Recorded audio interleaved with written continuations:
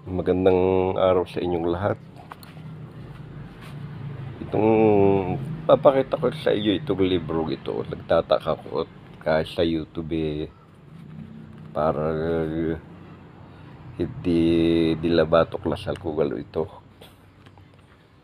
At ang mga eksperto ay hindi rin ito ma-decode.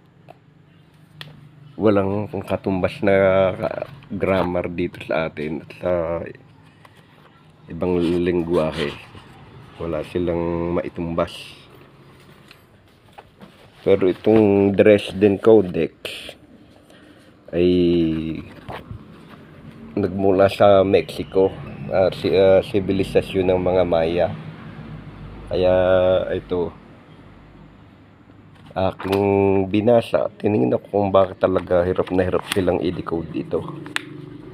Ay talaga namang wala kayong makikita kundi ganito, oh. Yan mga figura, walang maitumbas doon sa ating lengguwahe. Kahit sa Greek, sa Hebrew, o sa Latin, walang makatumbas to. Yan, panay ganyan ang mga figura ng style ng mga Aztec.